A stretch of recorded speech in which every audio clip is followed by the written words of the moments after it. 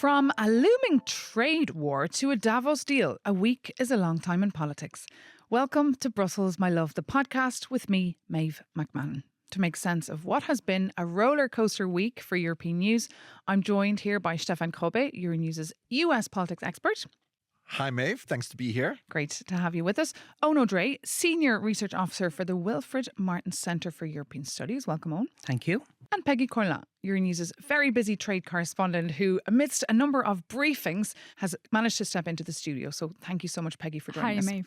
And look, when I extended an invitation to all of you, Euronews was reporting on the potentiality of a full-blown trade war that was looming with the US and, of course, analysing how the European Union should respond. But then, of course, we saw the last-minute deal in Davos between President Trump and Mark Rutte of Nato. So for now, and I insist for now, because, of course, we don't know what's coming with such an unpredictable president in the White House. But for now, Peggy, the tariff threats are off the table. Things, of course, are moving very fast.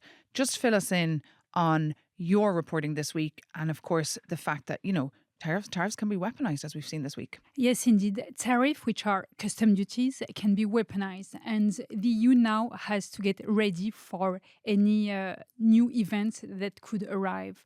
But it has tools at its disposal. I think, for instance, that's the main one, which has been raised these last days by France, Germany or Spain, which is the anti-coercion instruments, which is the so-called EU's trade bazooka or the nuclear trade weapon, which has been adopted in 2023, which has never been used and allows the EU to take very strong countermeasures to economic coercion coming from third countries. It can allow the EU to restrict licenses, intellectual property rights, access to public procurement. So these are very strong measures. And now we have seen that the mindset of the EU member states has evolved with this crisis and that this tool could be put on the table for the future.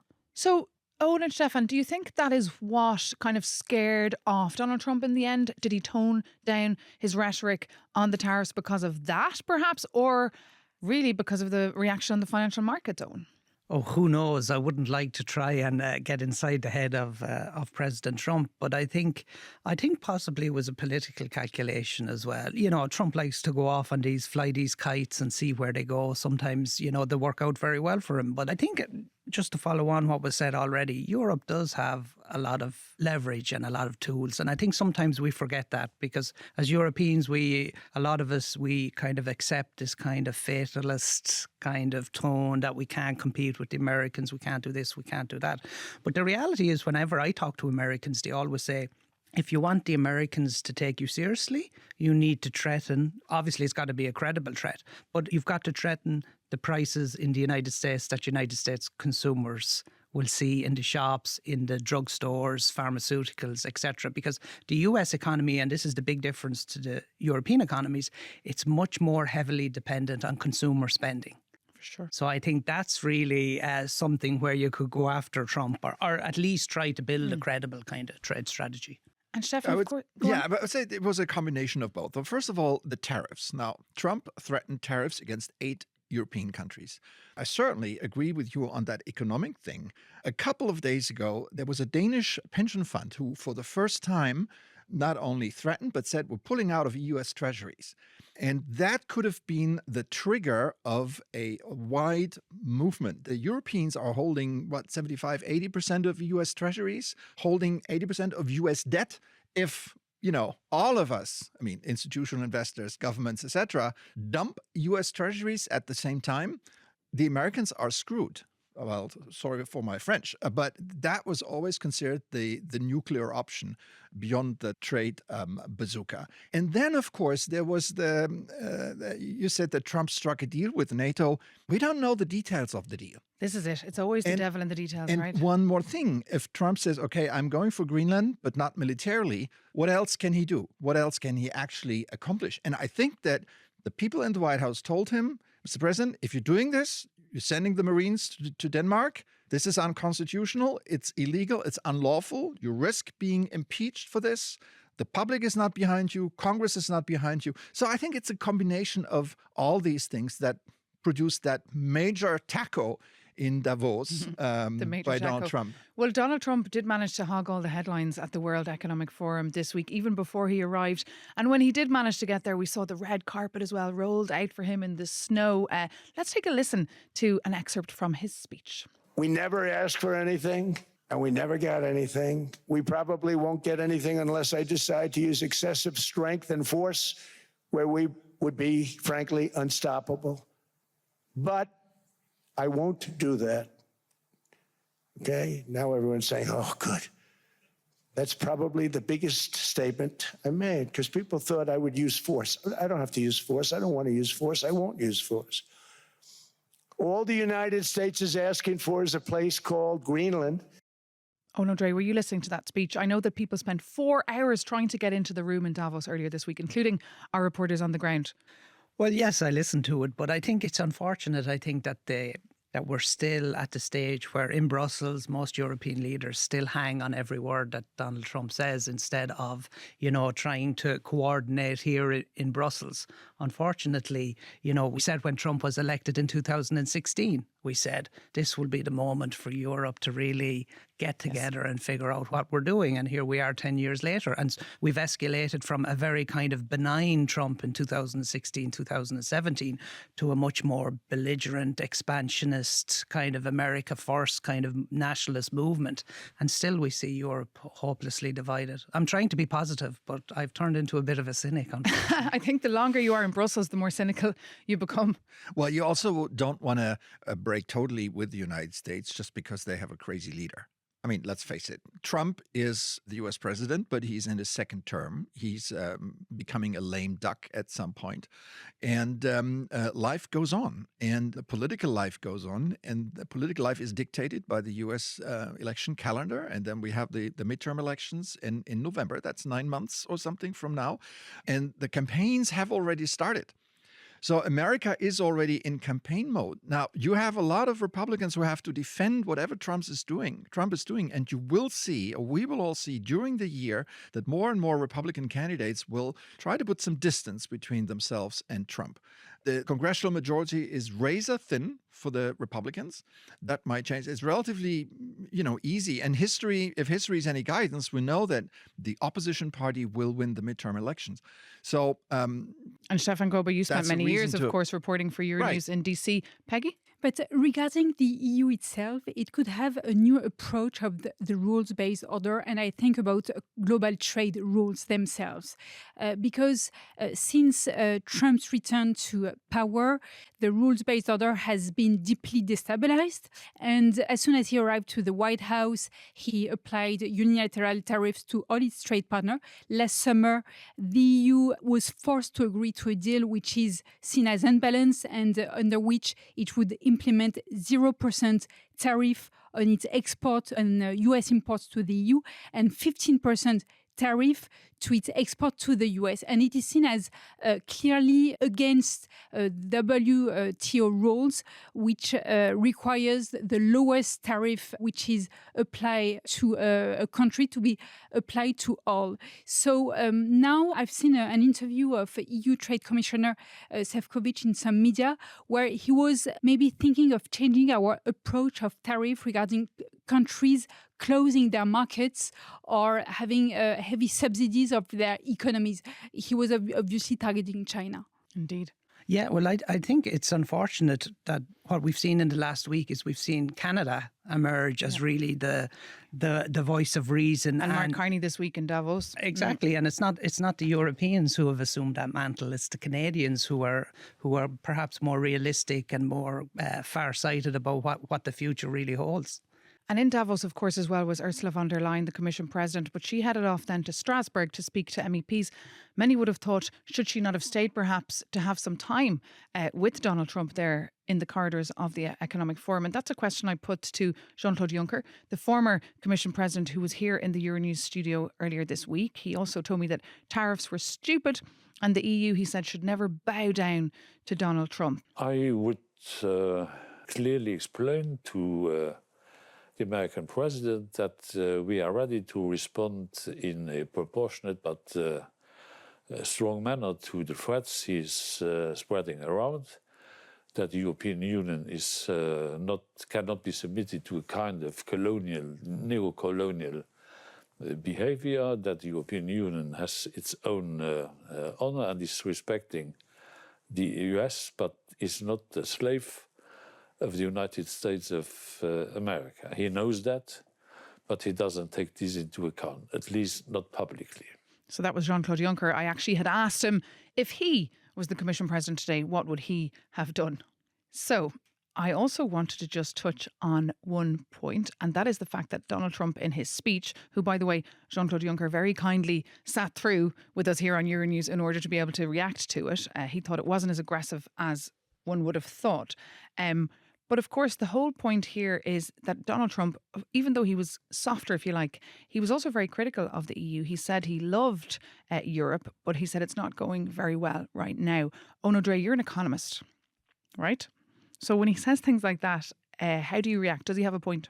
He has a point from his, kind of MAGA, American first specific economic viewpoint. But I think if you go to any event on the Brussels circuit, you're going to hear, particularly in economic affairs, trade policy, you're going to hear, we need to be more like the Americans, stuff like this. But unfortunately, or not unfortunately, fortunately, Europe has a very clear and distinct socioeconomic model. And sometimes I think we underestimate our own strengths.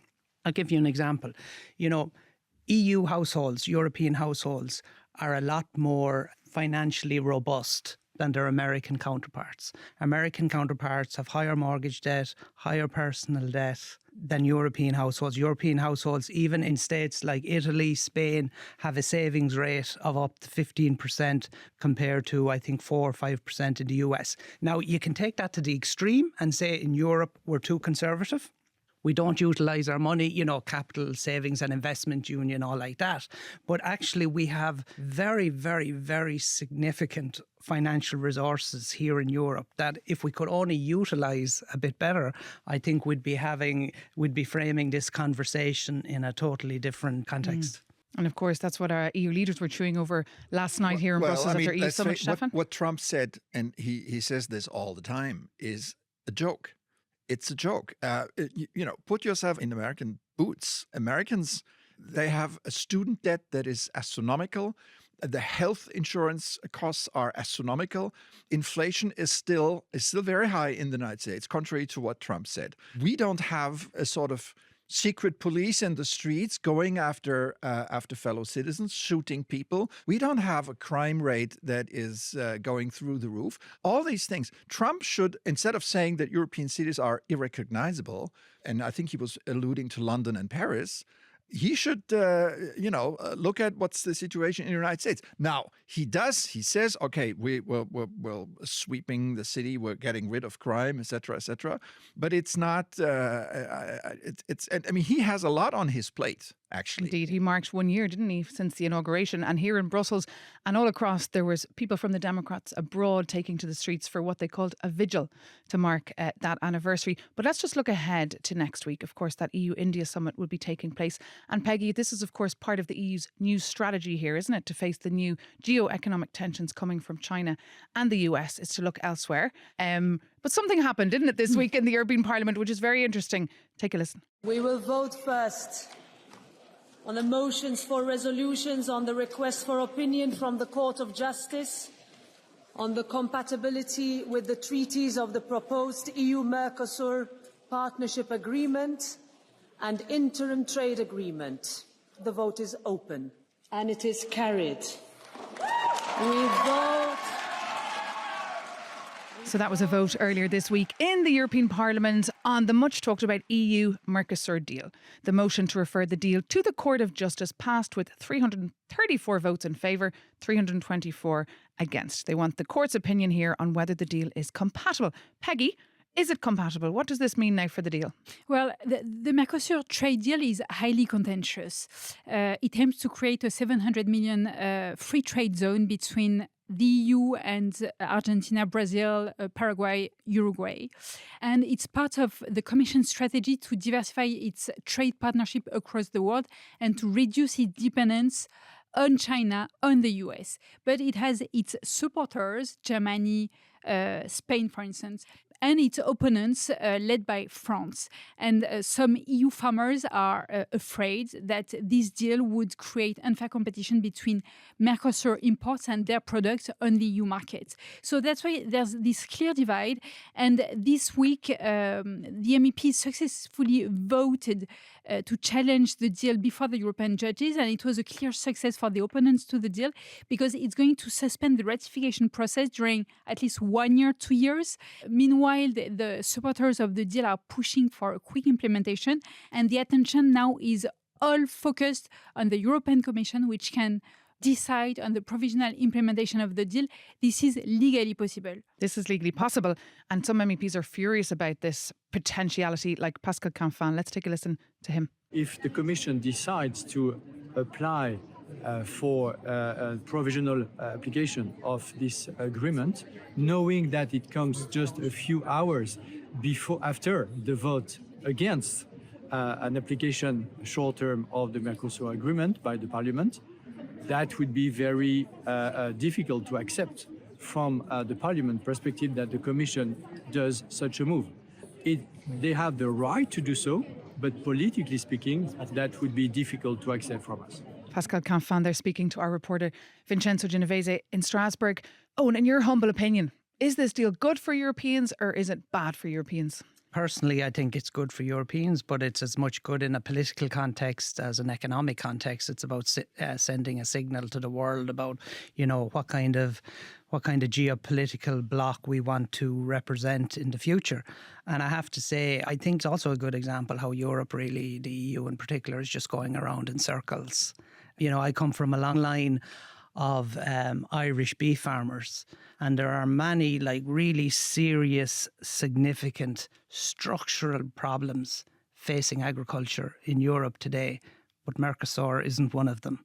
And I think it's what we saw during the TTIP negotiations with the United States a decade ago. And the CETA, the Canadians. Yes, yeah. It's really these trade deals, because it's a European competence for negotiating them, they become open to being hijacked by all sorts of different vested interest groups, etc. And I think it's really unfortunate that it's been referred to the European Court. Because it's not just the French farmers, the Irish farmers have been to the streets, the Greek farmers have been furious over Mercosur. Should they just change the name? It just feels like, everyone just hates the EU Mercosur, that name. Look, the European Union is a common market of industrial nation, not of agricultural nation. So we not only have farmers in our countries, we have other industries and service sectors, et cetera, et cetera. So I would say, in general, it's a good deal from a geopolitical standpoint, from an economic standpoint.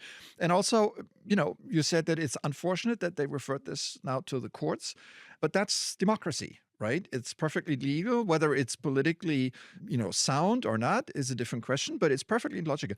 And by the way, who would assume that after, 25 years of negotiations done by lawyers, right? This is not farmers negotiating. It was lawyers sitting around the tables here for 25 years, that they come up with something that would turn out to be unconstitutional or illegal or unlawful.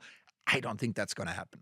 Indeed, as you say, that's democracy at its best. We saw this week the farmers celebrating outside the European Parliament in Strasbourg because of this. But Peggy, perhaps a final comment with you. These environmental risks that farmers are worried about, or this unfair competition, do they have valid points? I know that in France, which is the main opponents to the deal and which actually lost a vote at the EU Council 10 days ago on this deal, the issue is pointed by the question is not a matter of the deal itself and how the economic impact on the trade between the EU and the Mercosur countries, but the problem lies in the lack of competitiveness of the French agriculture with the rest of the EU. And the supporters of the deal point that aspect. But for Emmanuel Macron, it's a real trap because all the political groups in France are opposed to the deal. I only actually met one Frenchman who likes it, and that is Pascal Lamy, the former head of the WTO. He was on Euronews recently saying he would have signed it 25 years ago. Just finally looking ahead to the India deal, Owen, any thoughts on that? I mean, it's totally different, right? Because we're not talking about beef here. No, and this is huge. This is, this would create, I think, one of the biggest. It's huge. Yeah, but there's a lot of work still to be done. But I think from what I hear, the movement is possible. But even as we saw, on a much smaller scale between the UK and India, and their continuing negotiations on a free trade deal, this is going to be very, very complicated. What I would hope the European Commission does is, not everything has to be an all-encompassing free trade deal. It can be done on a sectoral basis, on a step-by-step basis, and I think that would be much more nimble and a much more important geopolitical status than waiting another 25 years for a free trade deal. Yeah, indeed. One source told me it was hell trying to negotiate the EU-India deal. For more, of course, on that, keep an eye on Euronews.com, and also updates from the EU summit that took place this Thursday here in Brussels. But thank you so much for tuning in. You've been listening to Brussels, My Love, the podcast with me, Maeve McMahon. We've been joined by Stefan Grobe from Euronews, Peggy Corlin, our trade expert, and Eoin O'Drea there from the Wilfried Martens Centre, a think tank affiliated with the European People's Party. A big thanks to our sound engineers, Yorgos Levidatis, who's been working very hard all week, and Alice Carnivali, our podcast producer. If you're not already, you can listen to this series on Apple Podcasts, Spotify, or wherever you get your podcasts. You can find us also on Euronews.com, Euronews YouTube channel. And if you like what you hear, please write us a review and spread the word about Brussels, My Love, the podcast. See you next time.